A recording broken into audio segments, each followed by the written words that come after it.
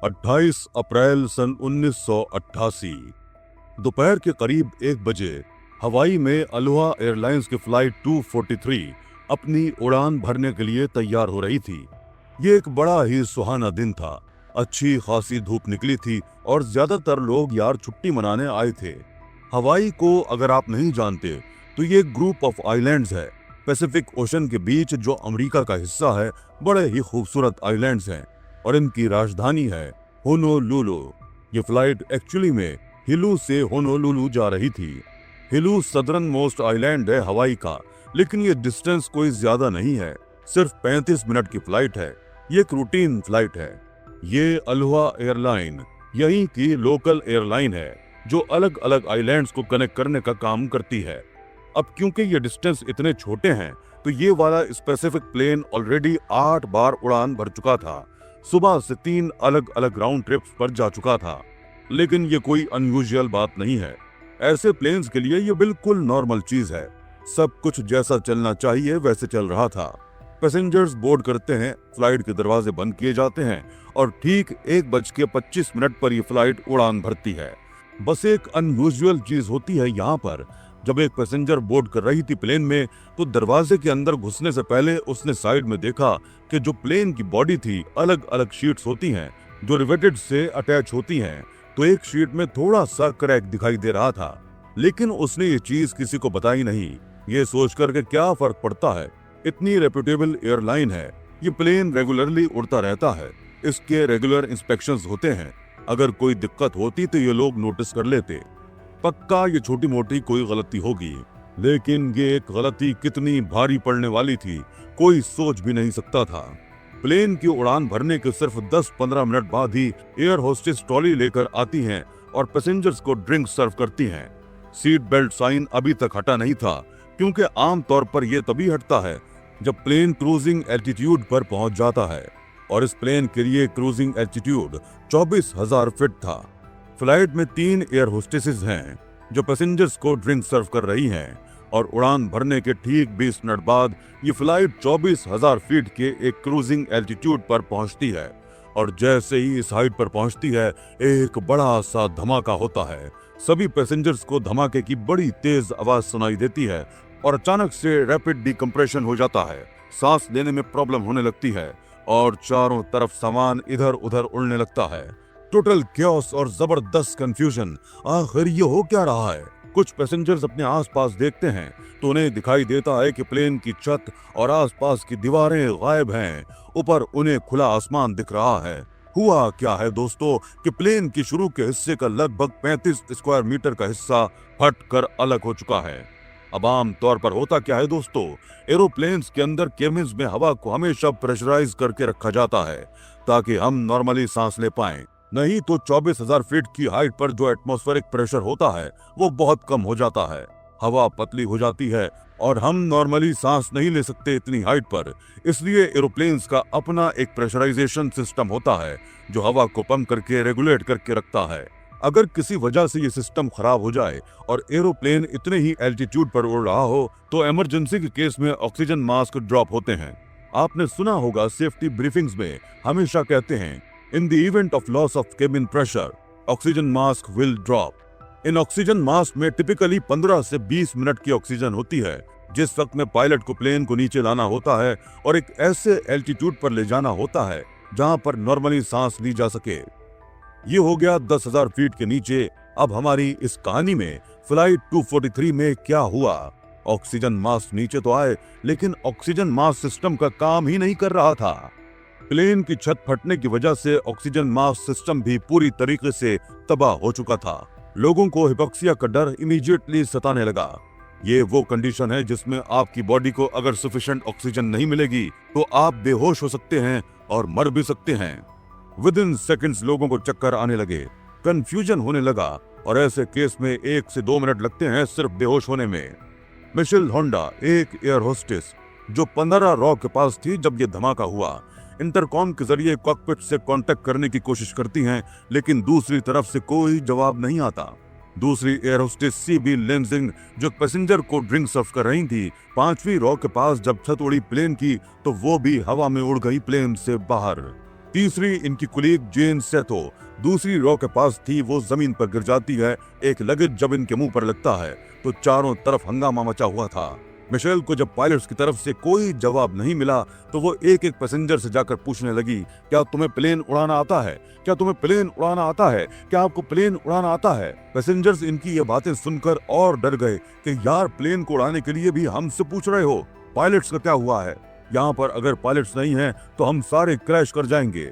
जमीन पर रेंगते हुए वो धीरे धीरे कॉकपिट के नजदीक पहुंचती है और वहां उन्हें दिखता है कि उनकी कुलीग जेन के सर से खून निकलना शुरू हो चुका है। कॉकपिट के अंदर देखने की कोशिश करती है वो तो उन्हें कुछ दिखाई नहीं देता। कॉकपिट का व्यू पूरी तरीके से ब्लॉक्ड है। कुछ चंद मिनट यहाँ पर बचे हैं जिसके बाद ये सारे पैसेंजर्स बेहोश हो जाएंगे और मारे जाएंगे।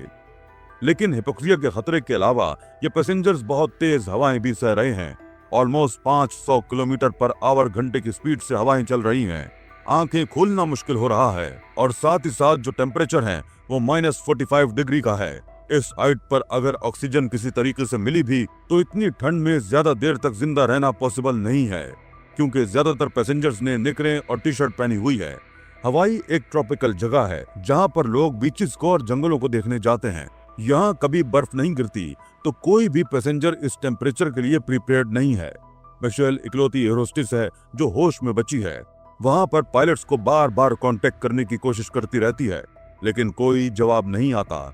इस सारे खतरे के बीच एक अच्छी खबर यह थी कि पायलट्स एक्चुअली में जिंदा थे, और जिंदा ही नहीं दोस्तों, पायलट पैसेंजर से कहीं ज्यादा बेहतर कंडीशन में थे।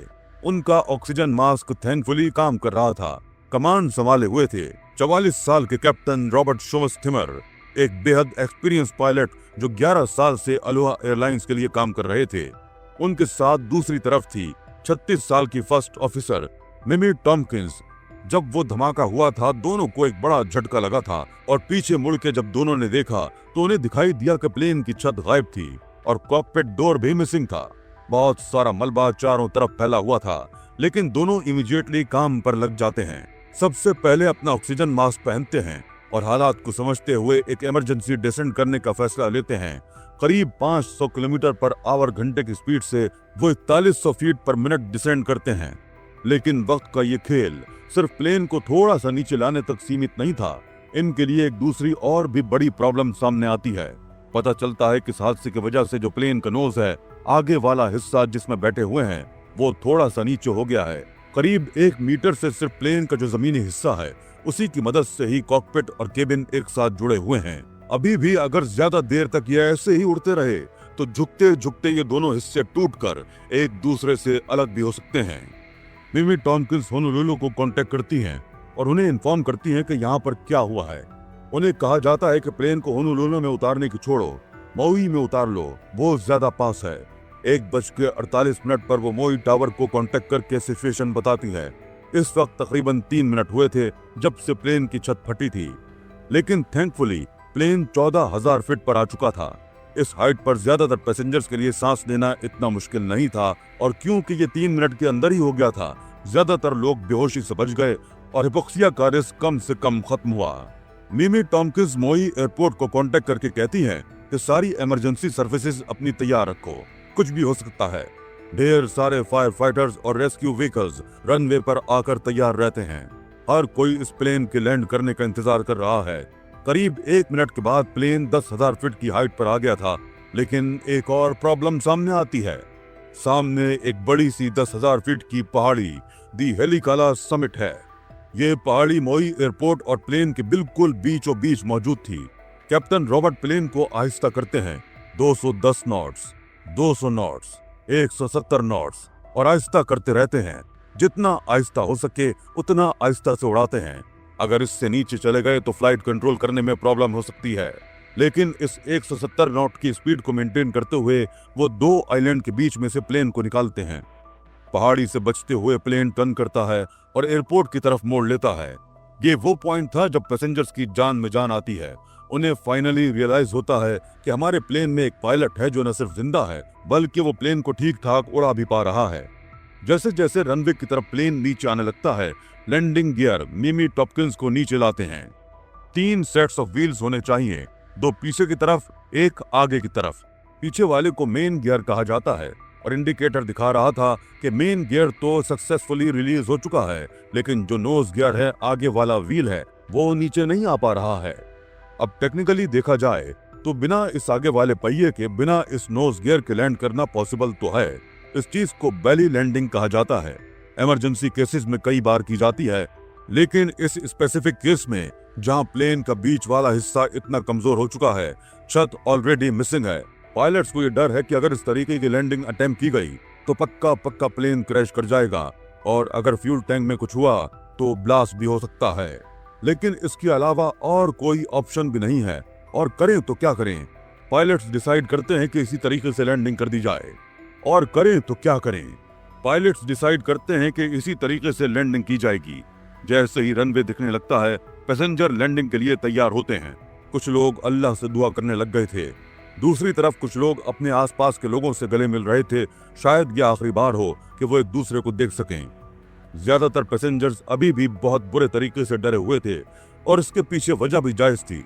जैसे जैसे प्लेन नीचे आ रहा था, वो धीरे धीरे साइड टू साइड ऐसे हिलने लग गया था।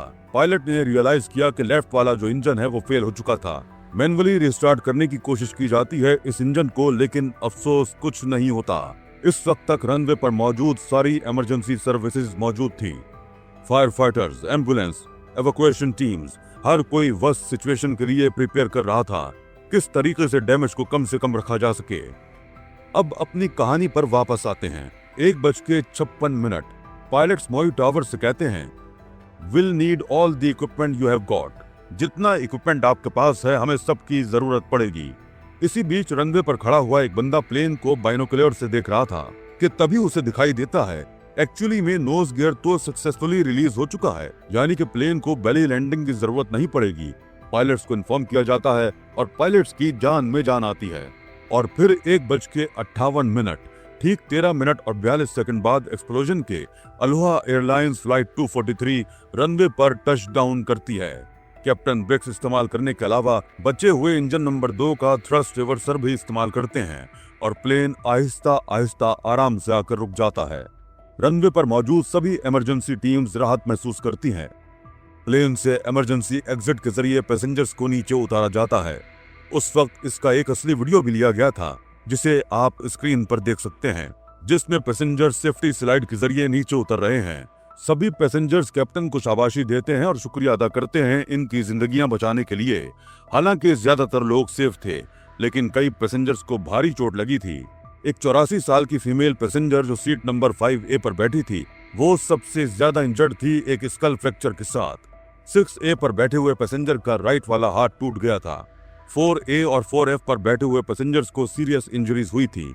बेसिकली ज्यादातर पैसेंजर्स जो 4, 5, 6, 7 रोज पर बैठे थे, उन्हें भारी चोट आई थी, क्योंकि इसी एरिया की छत फटी थी।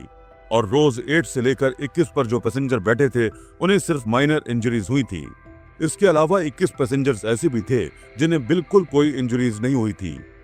एयर होस्टेस जेन सेतु भी अभी बेहोश थी, और वो एक कंक्लूजन से सफर करती हैं। एयर होस्टेस मिशेल होंडा सही सलामत थी, और लैंडिंग के बाद वो एक पैसेंजर काउंट करती है, चेक करने के लिए कि कितने पैसेंजर्स हैं। इससे पता चलता है कि बड़ी ही मिरेकलस बात है कि हर कोई सही सलामत है, जिंदा बच गया है, सिवाय एक के। 58 साल की एयर होस्टेस सीबी लैंजिंग इकलौती वफात इस पूरे हादसे में। बाद में रिसर्च टीम्स ने बहुत ढूंढने की भी कोशिश की थी, लेकिन अफसोस उनकी बॉडी कभी नहीं मिल पाई, और ये हमेशा के लिए समंदर की गहराइयों में गायब हो गई। लेकिन बाकी बचे हुए 94 लोग अपनी जिंदगी को शुक्रिया अदा कर रहे थे कि वो जिंदा बच गए। क्या ये सिर्फ लक की बात थी कि वो यहाँ जिंदा बच पाए? नहीं, यहाँ एक टेक्निकल इक्विपमेंट को बहुत बड़ा क्रेडिट जाता है। मैं बात कर रहा हूँ सीट बेल्ट की, सबसे बड़ी वजह जिसकी वजह से इतने सारे लोग जिंदा बच पाए। जैसा मैंने शुरू में बताया था, क्योंकि ये फ्लाइट क्रूजिंग एल्टीट्यूड तक नहीं पहुंची थी, तो सीट बेल्ट साइन अभी भी ऑन था और लोगों ने अपनी सीट बेल्ट्स लगा रखी थी। अगर रोज 4, 5, 6, 7, 8 में बैठे हुए लोगों ने अपनी सीट बेल्ट ना लगाई होती, तो वो भी हवा में उड़कर प्लेन से सीधा बाहर जाते। इस हादसे के बाद जैसे ही खबर फैलती है, इस प्लेन की फोटोज दुनिया भर के अखबारों में छपती हैं। बिना छत की ये मिरेकल फ्लाइट। इसके बाद अमेरिका का national transportation safety board investigators की एक टीम भेजता है इस इंसिडेंट को इन्वेस्टिगेट करने के लिए। आखिर क्या कारण था जिसकी वजह से हादसा हुआ? इन्वेस्टिगेशन टीम पता करती है कि ये वाला जो प्लेन था, ये 79,680 फ्लाइट साइकिल्स और 3596 फ्लाइट आवर्स पूरे कर चुका था। इस प्लेन का जो फ्यूजल एज था, जो मेन बॉडी जिसे कहा जाता है, वो कमजोर हो गई थी। फटीग और कोरोजन की वजह से जब जब ये प्लेन हवा में होता था, इस पर लगी हुई मेटल शीट्स एक्सपेंड करती थी प्रेशराइज केबिन की वजह से, और जब जब ये जमीन पर होता था, फ्यूजलेज कॉन्ट्रैक्टेड करता था। ये constant extension, contraction, expansion, contraction की वजह से कमजोर हो गया था। ये वही बोइंग 737 प्लेन था जिसका fuselage aluminium sheet metal panels का बना होता है, जो कि एक फ्रेम में सरकमफेरेंशियली अरेंज होती हैं। हर एक पैनल एक दूसरे को ओवरलैप करता है 3 इंचेस से, और जो ओवरलैपिंग एरिया है, लैप जॉइंट कहा जाता है इसे। क्योंकि इन शीट की थिकनेस सिर्फ 1 मिलीमीटर की थी, तो बोइंग ने अपना एक बॉन्डिंग प्रोसेस डेवलप किया था, जिससे कि ये पूरी स्किन एक स्ट्रेस को एब्जॉर्ब करे एक सिंगल यूनिट की तरह। ये कंपनी एक एपॉक्सी नाम की स्ट्रॉन्ग ग्लू का इस्तेमाल करती थी प्लेन के अलग अलग पार्ट्स को इकट्ठा जोड़ने के लिए। जब ये ग्लू ड्राई हो जाती थी तो एक स्ट्रॉन्ग बॉन्ड डेवलप होती थी, जिससे कि जो स्ट्रेस है वो डिस्ट्रीब्यूटेड हो सभी प्लेट्स में और क्रैक्स न फॉर्म हो। और ग्लू इकलौता जरिया नहीं था इन शीट्स को साथ में जोड़कर रखने का। ग्लू की स्ट्रॉन्ग बॉन्ड के बाद 3 रोज रिवेट्स के लगाए जाते थे। ये हर एक ओवरलैप में लगाए जाते थे। हर एक शीट का हिस्सा जो ओवरलैप करता था, वहां इन राइवेटेड को लगाया जाता था, जिससे कि एरोप्लेन का पूरा फ्रेम तैयार हो सके और सिक्योर बना रह सके। बोइंग ने जो पहला बैच बनाया था, उनमें 737 एरोप्लेन्स का इनमें इसी तरीके का इस्तेमाल किया गया है। लेकिन इस तरीके में कुछ प्रॉब्लम्स बाद में नोटिस हो रही थी। उन्होंने पाया कि जब मॉइस्चर ज्यादा होता है हवा में, तो पानी की वजह से बॉन्ड्स कमजोर पड़ जाती हैं। जो इपॉक्सी ग्लू लगाई गई है वो डिग्रेड होने लग जाती है और मेटल क्रोड होने लग जाता है। ऐसा होने का मतलब जो सारा स्ट्रेस इन शीट्स पर लग रहा है, वो ग्लू की जगह इन रिवेट्स पर चला जाता है। इसी प्रॉब्लम की वजह से साल 1972 में बोइंग ने डिसाइड किया कि वो एक नया तरीका इस्तेमाल करेंगे इन शीट्स को साथ में जोड़कर रखने का। हॉट बॉन्डिंग वो इस्तेमाल करेंगे। इसमें हीट और प्रेशर का इस्तेमाल किया जाता है 2 शीट्स को साथ में जोड़कर रखने के लिए। अब इंटरेस्टिंग चीज यह है दोस्तों कि ये जो हॉट बॉन्डिंग वाला सिस्टम था, ये ऑलरेडी 1972 से इस्तेमाल किया जा रहा था, और अलोहा एयरलाइंस का ये जो फ्लाइट 243 का इंसिडेंट हुआ था, ये 16 साल बाद हुआ था। तो ब्लेम यहाँ इस एयरलाइन पर किया गया कि आखिर ये क्यों इस पुराने एरोप्लेन का अभी भी इस्तेमाल करने लग रहे थे। बोइंग ने तो सन 1972 में ही एक सर्विस बुलेटिन इशू कर दिया था कि ये इशू है हमारे प्लेन्स में, ये दिक्कत हो सकती है। इनफैक्ट 1987 में इस घटना से 1 साल पहले बोइंग ने अलर्ट सर्विस बुलेटिन इशू किया था। ये जो पुराने प्लेन्स हैं, इनकी सही तरीके से इंस्पेक्शन और रिफ्रेशन की जाए, अगर कोई एयरलाइन इन्हें अभी भी इस्तेमाल कर रही है तो। इसके अलावा बोइंग ने अपना एक सेफ्टी डिजाइन भी बनाया था कि अगर फ्यूजलेज में कोई टियर होता है तो वो जो टियर है वो 10 बाई 10 इंच के स्क्वायर में ही बना रहे। उन्होंने टियर स्टेप्स लगाए थे हर 25 सेंटीमीटर में बॉडी में प्लेन की। इससे अगर कोई एक पार्ट फटता है प्लेन की बॉडी का, तो पूरी प्लेन की बॉडी ना फटे। लेकिन हमारी फ्लाइट 243 के केस में हालत इतनी खराब थी इस प्लेन की, इसके अंदर ढेर सारे क्रैक्स मौजूद थे। इतने सारे क्रैक्स के ये टियर स्टेप्स भी किसी काम के नहीं रहे। NTSB ने कहा कि जब ये फ्लाइट अपने क्रूजिंग एल्टीट्यूड पर पहुंची, जो प्रेशर था वो अपने पीक पर पहुंच गया, जिसकी वजह से ये सारे अलग अलग क्रैक्स एक साथ जुड़ गए और पूरा का पूरा सेक्शन छत का साथ में फट गया। जो फाइनल रिपोर्ट निकाली NTSB ने, उसमें 3 मेन कारण बताए गए इस हादसे के पीछे। पहला, अलोहा एयरलाइंस के मैनेजमेंट ने मेंटेनेंस प्रोग्राम को प्रॉपरली सुपरवाइज नहीं किया और इंस्पेक्शंस और क्वालिटी कंट्रोल्स को सही से असेस नहीं किया। दूसरा, अमेरिका की फेडरल एविएशन एडमिनिस्ट्रेशन पर भी सवाल उठाया गया। इनकी एजेंसी ने एयरवर्दीनेस डायरेक्टिव्स देते वक्त सभी जॉइंट्स की इंस्पेक्शन की मांग नहीं की, जबकि बोइंग ने कहा था कि ये करना चाहिए। हालांकि FAA ने ये जरूर कहा था अलोहा एयरलाइंस को कि तुम एक नए टेस्टिंग मेथड का इस्तेमाल करो अपनी प्लेन की बॉडीज में क्रैक्स ढूंढने के लिए, और छोटे छोटे क्रैक्स ढूंढे जाते हैं जो नॉर्मल इंसानों को आंखों से दिख भी ना सके। अलोहा एयरलाइंस ने कहा कि उन्होंने इस टेक्निक का इस्तेमाल किया था क्रैक्स ढूंढने के लिए, लेकिन बाद में पाया गया कि ये झूठ बोल रहे थे। इन्होंने कभी अपने प्लेन्स का इंस्पेक्शन ढंग से किया ही नहीं था। तीसरा, जब पुरानी बॉन्डिंग टेक्निक में प्रॉब्लम्स देखी गई तो बोइंग और FAA दोनों ने इन इश्यूज को हल्के में लिया। बोइंग ने अपने 737 प्लेन को डिजाइन किया था कि वो 20 साल तक उड़ सके, जिसमें 51,000 फ्लाइट आवर्स और 75,000 साइकिल्स का टाइम लिमिट रखा गया था। हालांकि अलोहा फ्लाइट 243 के प्लेन ने इससे कम फ्लाइट आवर्स जोड़े थे, लेकिन ये प्लेन ऐसा था जो बहुत सारी छोटी छोटी फ्लाइट्स करता था। इसकी वजह से इसका साइकिल फ्लाइट काउंट 90,000 पर था, जबकि बोइंग ने कहा था कि हमारी सर्विस लाइफ साइकिल्स 75,000 की हैं। ये अपनी 20 साल की लाइफ टाइम के एंड पर भी था, एक और कारण जिसकी वजह से यह हादसा हुआ, एक अच्छी चीज इस हादसे के बाद यह हुई कि बोइंग के जितने भी पुराने एरोप्लेन्स थे उन सबको दोबारा से इंस्पेक्ट किया गया और पता है क्या पाया गया? उनमें से कई सारों में एक्चुअली में क्रैक्स मौजूद थे, वैसे ही क्रैक्स जो इस फ्लाइट 243 में मौजूद थे। इससे पता चलता है कि ये जो प्रॉब्लम थी ये सिर्फ इस एक इकलौते प्लेन की नहीं थी, बल्कि ढेर सारे प्लेन्स की थी जो इस फ्लीट का हिस्सा थे। दूसरी अच्छी चीज ये होती है कि इस हादसे के बाद से सेफ्टी रेगुलेशंस दुनिया भर में और मजबूत बना दिए जाते हैं ताकि ऐसे हादसे दोबारा कभी ना हो। सन 1991 में फेडरल एविएशन अथॉरिटी अपना ageing aircraft safety programme launch करती है। इसके तहत जितने भी पुराने एयरक्राफ्ट्स हैं उनको मैंडेटरी इंस्पेक्शंस और कंट्रोल प्रोग्राम से गुजरना होगा। इसके बाद से एयरक्राफ्ट की मेंटेनेंस में जिन टेक्निक्स का इस्तेमाल किया जाता है क्रैक्स ढूंढने के लिए, वो टेक्निक्स भी हमेशा के लिए बदल गईं। ये एडी करंट का इस्तेमाल करना, अल्ट्रासोनिक टेस्टिंग वो सारे तरीके हैं जो इंसानों की आंखों पर रिलाई नहीं करते। अब इनका इस्तेमाल किया जाता है ऐसे क्रैक्स को पहले ही ढूंढ निकालने के लिए। नए रूल्स बनाए जाते हैं हाइट साइकिल प्लेन्स के लिए जो फ्लाइट्स अलोहा एयरलाइंस की तरह है, बहुत छोटी ड्यूरेशन की होती हैं। नए रूल्स बनाए जाते हैं हाइट साइकिल प्लेन्स के लिए जो फ्लाइट्स अलोहा एयरलाइंस की तरह बहुत छोटी ड्यूरेशन की होती हैं, लेकिन ये प्लेन्स एक दिन में कई सारी फ्लाइट्स करते हैं, 10-20 फ्लाइट्स कर लेते हैं। इनकी इंस्पेक्शन और फ्रिक्वेंटली कराई जाए। अमेरिकन सरकार एक नया कानून भी पास करती है, एविएशन सेफ्टी रिसर्च एक्ट, पुराने एजिंग एयरक्राफ्ट्स के स्ट्रक्चर्स और इश्यूज को और बेहतर समझने के लिए और प्लान करने के लिए। ओवरऑल ये एक हादसा दोस्तों हमेशा के लिए एविएशन सेफ्टी स्टैंडर्ड्स को बदल डालता है। इसकी वजह से थैंकफुली इसके बाद से लेकर आज तक कभी भी इस लेवल का हादसा इस तरीके से दोबारा कभी नहीं हुआ है। लेकिन जहां एक तरफ दोस्तों साइंस और टेक की दुनिया में इतनी सारी इंप्रूवमेंट्स हो रही हैं, वहां आज भी कुछ लोग बेसिक से कॉन्सेप्ट्स को अप्लाई करते हुए मात खा जाते हैं। इसका सबसे अजीबोगरीब एग्जाम्पल है टाइटन सबमरीन का डिजास्टर जो पिछले साल हुआ था। इसे मैंने इस वीडियो में एक्सप्लेन किया है। ये सबमरीन जो इस डूबे हुए टाइटैनिक जहाज की सैर करने निकली थी, 1 बिलियन ईयर की लापरवाही जो एक खौफनाक हादसे में बदल गई। यहाँ क्लिक करके देख सकते हैं।